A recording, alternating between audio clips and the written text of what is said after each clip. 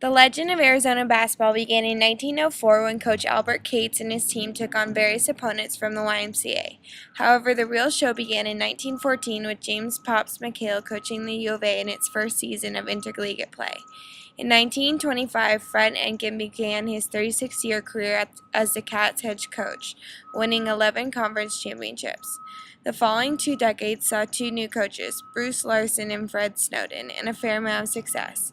But the major highlights were the 1973 opening of the McHale Center and the 1978 transition to the Pac-10 Conference. These two developments laid the foundation for Arizona Wildcats' rise to prominence, and when the right coach came, that's exactly what they did. Although U of A's basketball had been successful prior to 1983, the reason it's a national powerhouse is due to the coaching of Lute Olson.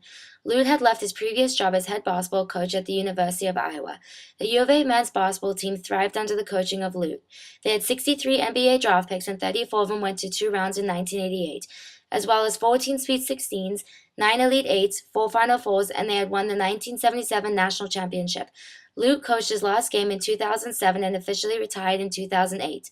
To this day, he is considered as one of the greatest coaches in college basketball history. And now let me introduce you to some of our Arizona alumni. Jason Terry played at Arizona until 1999. He won a national championship with the Dallas Mavericks in 2011, and he now plays for the Boston Celtics.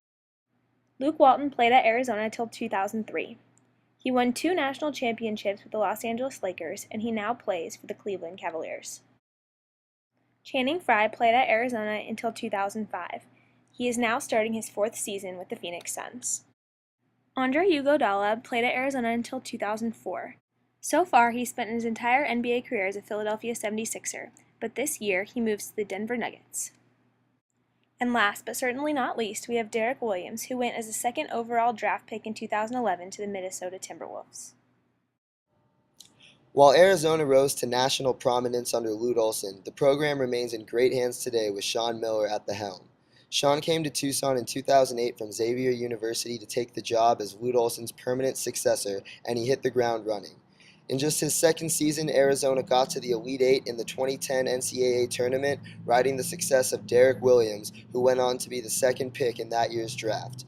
Sean has been able to translate that success to the recruiting trail as he welcomed the nation's 3rd-ranked recruiting class to Tucson this fall.